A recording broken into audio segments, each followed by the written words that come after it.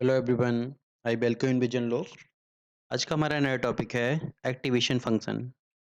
तो हम देखेंगे न्यूरल नेटवर्क में एक्टिवेशन फंक्शन कैसे वर्क करते हैं और इनका क्या प्रोसीजर है, किस टाइप से ये आउटपुट हमें प्रोवाइड करते हैं। स्टार्ट करते हैं हम activation function in neural network. तो हम देखेंगे एक्टिवेशन फंक्शन जिनका यूज करते हैं हम न्यूरल नेटवर्क के अंदर जब हमें कोई आउटपुट मिलता है।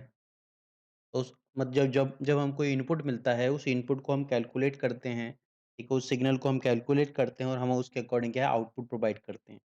तो एक्टिवेशन फंक्शन डिसाइड करता है whether a neuron should be activated or not.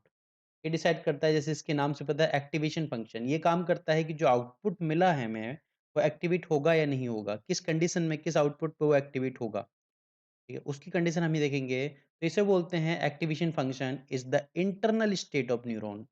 इसका काम होता है used to convert the input value कौन सी होगी हमारी, weighted sum of input become इन।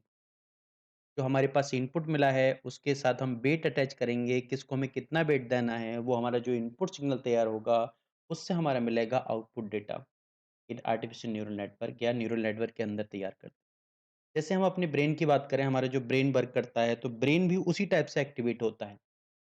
जैसे हमने किसी चीज को देखा, ठीक है, देखने के बाद हमने मतलब किसी चीज को हमने ऑब्जर्व किया। अब ऑब्जर्व करके हमने उसको क्या आउटपुट निकाला है, तो हम वहाँ पर क्या कर रहे हैं, वहाँ पर कोई एक्टिवेशन फंक्शन का यूज़ कर रहे हैं।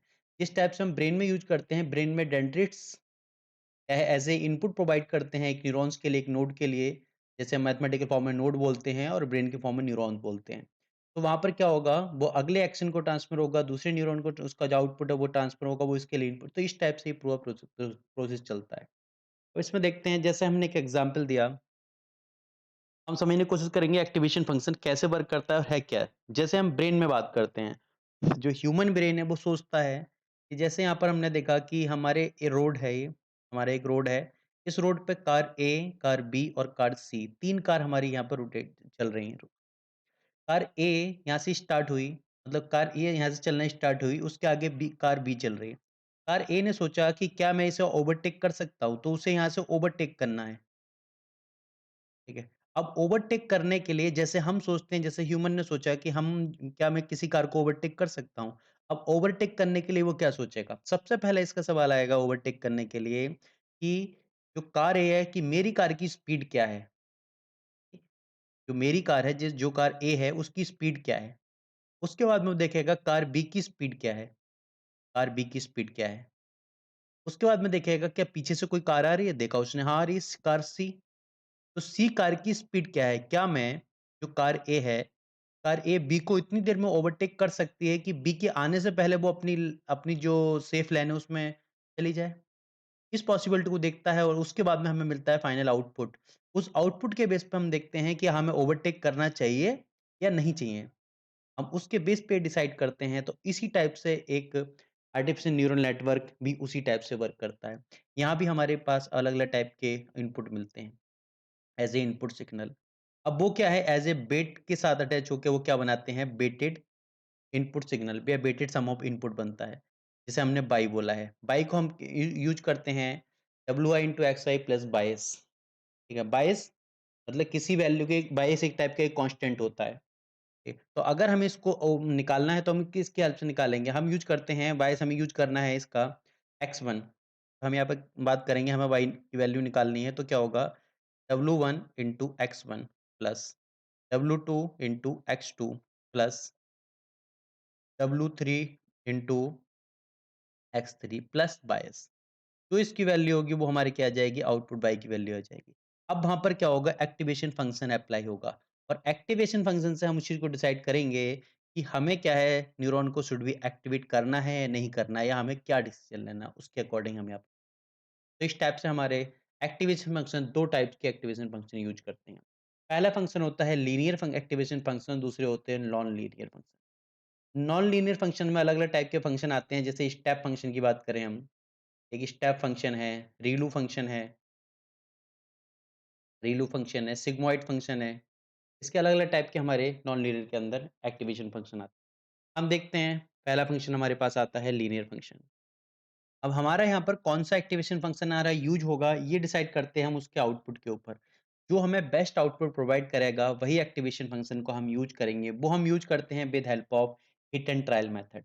Hit and trial method apply करते हैं और देखते हैं हमारा कौन-सा जो एक्टिवेशन फंक्शन है वो हमें बेस्ट आउटपुट प्रोवाइड कर रहा है। उसी के अकॉर्डिंग हमने अलग-अलग जो एक्टिवेशन फंक्शन है उनको हम यूज़ करेंगे।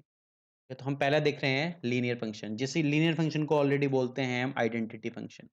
इसको आइडेंटिटी फंक्शन भी बोलते हैं लीनियर फंक्शन को। यहाँ पर हम जो यूज़ करते हैं इसका हिडन लेयर के लिए यूज़ करते हैं and output layer for regression problem. जो रिग्रेशन प्रॉब्लम होती है उनके लिए हम इसका यूज़ करते हैं। यहाँ पर क्या होता है output is same as input. Output जो होगा वही इनपुट होगा। ठीक है? जैसे हमने बात करें कि fx equal to x, fx क्या होगा x, ठीक है? ये यूज़ होगा फॉर ऑल x। x की वैल्यू कुछ भी हो, इनपुट जो होगा उसी से हमारा आउटपुट मिलेगा और आउटपुट हमारा इनपुट के सेम होगा। इसका यूज़ हम सिंपल जो नेटवर्क होता है वहाँ पर यूज़ कर सकते हैं, लेकिन जब कॉम्प्लेक्स हमारे पास जैसे विज़न वगैरह की हेल्प से दें, जैसे कोई ऑब्जेक्ट को रिकॉग्नाइज़ करना है उसकी है उसको हम यूज़ करते हैं, तो वहाँ पर ये जो है फेल हो जाता है। ठीक है? तो वहाँ पर हम अदर टाइप के जो एक्टिवेशन फंक्शन है वो यूज़ करते हैं। अगली चीज़ आती है कि इस जो बैक प्रोपगेशन मेथड जो हमने देखा है, ठीक है? वहाँ पर क्या होगा, वहाँ पर भी ये सही से आउटपुट नहीं दे पाता और दूसरी चीज़ होती है इसकी जो डिफरेंट डिफरेंट टाइप की जो लेयर होती हैं, ठीक है? न्यूरल नेटवर्क के अंदर, वहाँ पर एक्टिवेशन फंक्शन अगर यूज़ करेंगे तो वो कोलैप्स होने लगती हैं। ये हमारी कुछ प्रॉब्लम आती हैं, 1-2 प्रॉब्लम आती हैं और जैसे सीएनएन आ गया, जैसे सीएनएन की बात करें तो वहाँ पर ये फेल हो जाएगा, कंप्लीटली फेल हो जाएगा। जैसे किसी इमेज को हमें क्लासिफाई करना है, वहाँ पर ये फेल हो जाएगा। ठीक है? तो इसके लिए हम यूज़ करते हैं और हैवी मेथड हमारे पास एक्टिवेशन फंक्शन आते हैं, उसके बाद हम देखते हैं, अगला फंक्शन आता है बाइनरी स्टेप फंक्शन। तो बाइनरी स्टेप फंक्शन को हम एक दूसरा नाम और आता है, इसको हम बोलते हैं थ्रेशोल्ड। यहाँ पर थ्रेशोल्ड की बात करते हैं हम, थ्रेशोल्ड। तो ये हम यूज़ करते हैं सिंगल लेयर नेटवर्क के अंदर to convert the net input to output. Convert करने के लिए यूज़ करते हैं। इसका यूज़ भी हम हिडन लेयर, आउटपुट लेयर और बाइनरी क्लासिफिकेशन प्रॉब्लम के लिए हम इसका यूज़ करते हैं। तो यहाँ पर ये थ्रेशोल्ड क्या होती है? हम इसमें देखते हैं कि जब ये बाइनरी स्टेप फंक्शन उसके ऊपर डिपेंड करेगा कि जब तक हमारी लिमिट थ्रेशोल्ड थ्रेशोल्ड वैल्यू के अंडर रहेगी तब तक ठीक है, थ्रेशोल्ड वैल्यू से क्रॉस करेगी तब हम क्या होंगे, जो हमारा आउटपुट होगा वो एक्टिवेट होगा या नहीं होगा, वो इस चीज़ के ऊपर डिपेंड करेगा, थ्रेशोल्ड के ऊपर। अब थ्रेशोल्ड क्या होता है? थ्रेशोल्ड होता है कि जैसे हमें बहुत ज़्यादा गर्मी लग रही है। अब गर्मी लग रही है मतलब कितना टेम्परेचर हम सस्टेन कर सकते हैं। उतने से ज़्यादा टेम्परेचर हुआ तो हमें मतलब हम नहाने चले जाते हैं या फिर एसी चलानी पड़ती है, जो भी अलग-अलग चीज़ें हैं मतलब ये होती है हमारी थ्रेशोल्ड।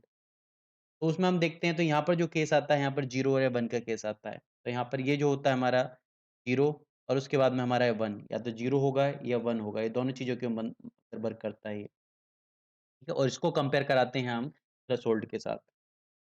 जैसे हम देखें हमारे पास जो fx की जो हमारे पास वैल्यू है वो कितनी होगी? तो हमने इसमें देखा कि हमारे पास 0 वैल्यू, अगर हमारी जो थ्रेशोल्ड की वैल्यू है, ठीक है? वो क्या है? लेस देन 0 है। अगर हमने देखा कि लेस देन 0 अगर हमारी इससे इंक्रीज़ हो गई, तब हमारी 1 हो जाएगी। तो उसको हम डिपेंड करते हैं यहाँ पर।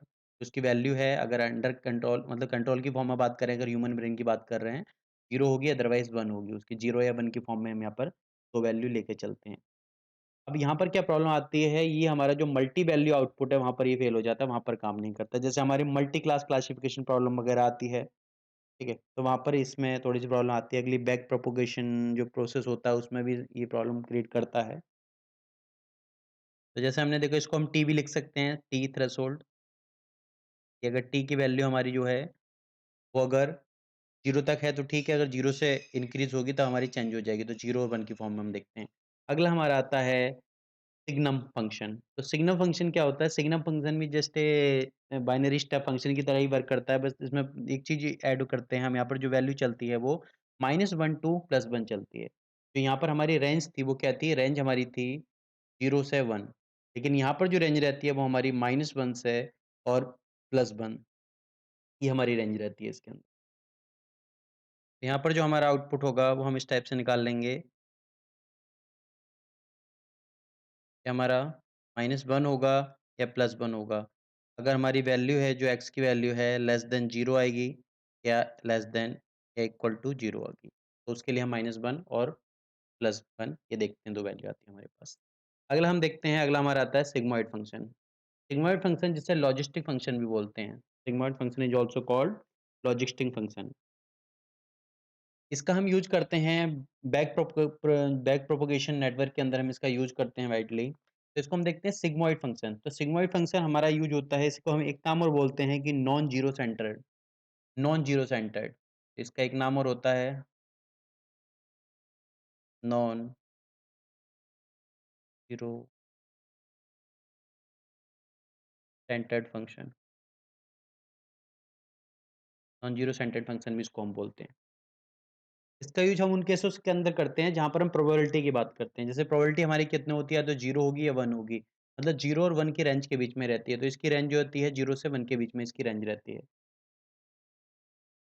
जैसे हम इसका ग्राफ देखते हैं तो यहाँ पर ये वैल्यू हमारी 0.5 है। तो हम इसमें देखेंगे तो इसकी जो वैल्यू है अगर हमारी 0 से कम जा रही है तो क्या होगी, वैल्यू इसकी 0 हो जाएगी, अदरवाइज़ क्या होगी इसकी, मतलब प्लस होगी, मतलब 1 आएगी। मतलब 0.5 इस चीज़ को डिसाइड करता है, कि इसकी जो वैल्यू होगी वो हमारी कितनी होगी, 0.5 से ग्रेटर होगी या 0.5 से लेस देन होगी। इसको लिखते हैं f(x) इक्वल टू जो हमारा होता है 1/1 प्लस, अब जो हमारी x की जो वैल्यू आएगी वो क्या आएगी? तो हम देखेंगे इसमें जो अगर हमारी वैल्यू हमने देखा, कि हमारी जो वैल्यू है कितनी है, वो 0.5 से कम है, और दूसरे केस में हमने देखा कि लेस देन 0.5 है। दोनों केसों में देखेंगे अगर 0.5 से कम है तो क्या होगी, 0.5 से ज़्यादा है तो क्या होगी? तो ये हमारी आती है, तो उसके बीच में लाई करती है, 0 और 1 के बीच में इसकी रेंज चलती है। हमने देखा 0.5 से कम है तो वैल्यू यहाँ पर आएगी, तो क्या होगी, 0.5 और 0 के बीच में होगी। अगर 0.5 से ऊपर गई तो हमारे क्या होगी, 0 के बीच में होगी।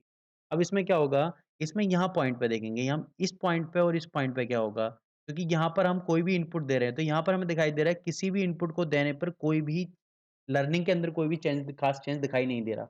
मतलब बहुत माइनर चेंज यहाँ से दिखाई दे रहा है। तो यहाँ पर अगर डेरिवेटिव की बात करें हम, तो एक्स बाय डेरिवेटिव की बात करें तो यहाँ पर अपॉन एक्स की अगर बात करें तो क्या होगा, यहाँ पर बहुत ज़्यादा माइनर चेंज दिखाई दे रहे हैं। तो इस वज़ह से क्या होता है, इस पॉइंट के ऊपर लर्निंग स्लो हो जाती है। मतलब लर्निंग बहुत ज़्यादा स्लो हो जाती है। क्योंकि यहाँ पर जो इसका डेरिवेटिव है वो बहुत ज़्यादा कम हो जाता है, और उस कम होने की वज़ह से क्या होगा, इनपुट बढ़ाने पर भी आउटपुट में कोई ज़्यादा ख़ास चेंज दिखाई नहीं देता। तो लर्निंग क्या है, स्लो हो जाएगी, क्योंकि हमारी जो डेरिवेटिव की वैल्यू है वो बहुत ज़्यादा कम आ रही है यहाँ पर। इस वज़ह से क्या होगी, यहाँ पर लर्निंग बहुत ज़्यादा स्लो हो जाती है हमारी। ठीक है? तो इसकी वज़ह से क्या होता है, जैसे हमारे पास एक प्रॉब्लम आती है, बेनिस ग्रेडिएंट प्रॉब्लम।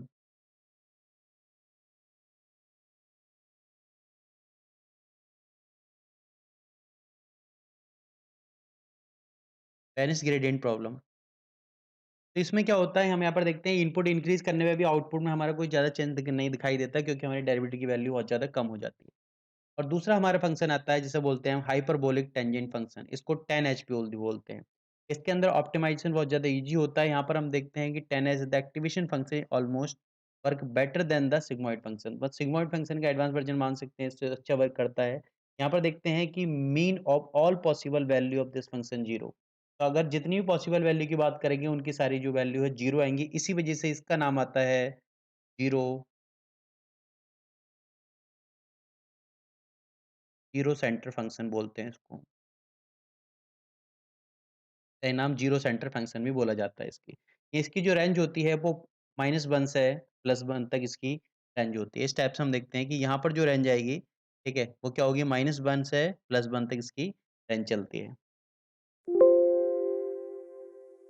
अब इसको हम निकालते हैं, इसकी जो वैल्यू है 10H एक्स, ये इसका फ़ॉर्मूला होता है,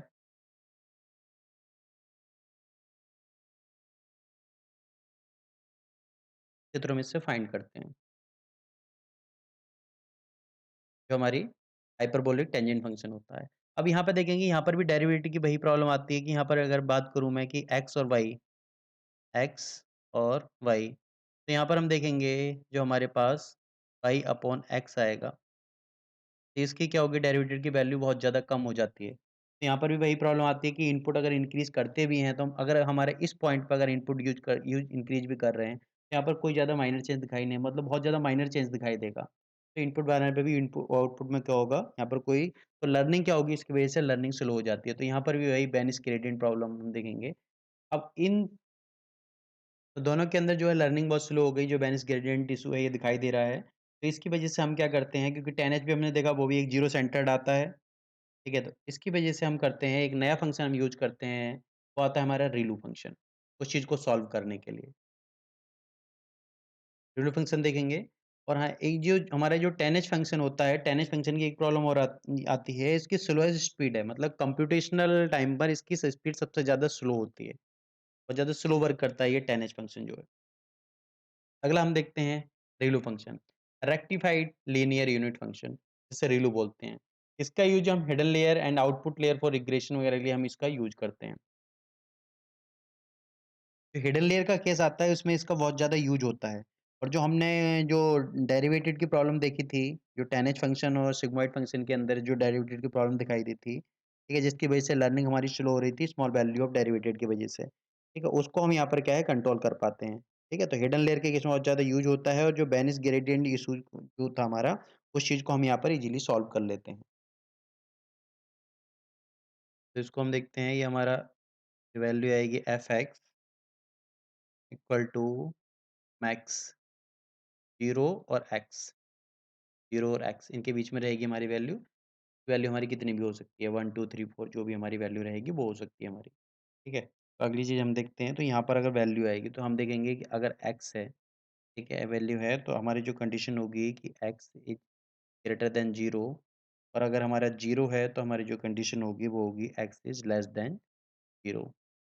ये कंडीशन यहाँ पर फुलफिल होगी इसके अंदर।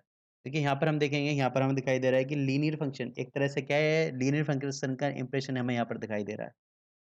तो रेलू फंक्शन क्या होते हैं, ये बैक प्रोपगेशन को भी अलाउ करते हैं, साथ-साथ में बैक प्रोपगेशन को भी अलाउ करते हैं। तो यहाँ पर अगर देखेंगे जो वैल्यू अगर 0 से कम आती है, मतलब 0 से लेस देन 0 जाती है तो क्या होगा कि जो हमारा फंक्शन है वो डीएक्टिवेटेड हो जाएगा, मतलब डीएक्टिवेट फंक्शन में न्यूरॉन क्या होंगे, वो अपने आप डीएक्टिवेट हो जाते हैं। तो यहाँ पर एक चीज़ और होती है कि जो सारे फंक्शन हैं, मतलब सारे जो आउटपुट हो गए हमारे, तो वो एक साथ एक्टिवेट भी नहीं होते हैं, यहाँ पर सेम टाइम पे एक्टिवेट नहीं होते हैं हमारे रेक्टिफाइड लीनियर फंक्शन के अंदर। जो हमारा सर्टेन नंबर ऑफ न्यूरॉन है वो हमारे यहाँ पर एक्टिव रहते हैं।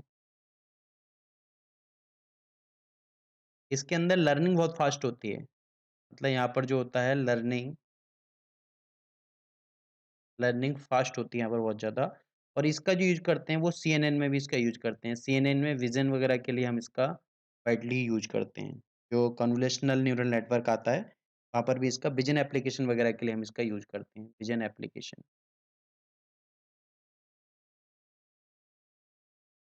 के लिए हम इसका यूज़ करते हैं। अगला फंक्शन आता है हमारा लीकली रेक्टिफाइड फंक्शन। लीकली इसका नाम दिया है क्योंकि यहाँ पर हमने थोड़ा-सा लीकेज देखा। मतलब जो हमारी एक स्ट्रेट लाइन थी उसको हमने क्या कर दिया, थोड़ा माइनस सेंटर कर दिया, ठीक है? यहाँ पर हम देखते हैं रीलू फंक्शन इस टाइप से है।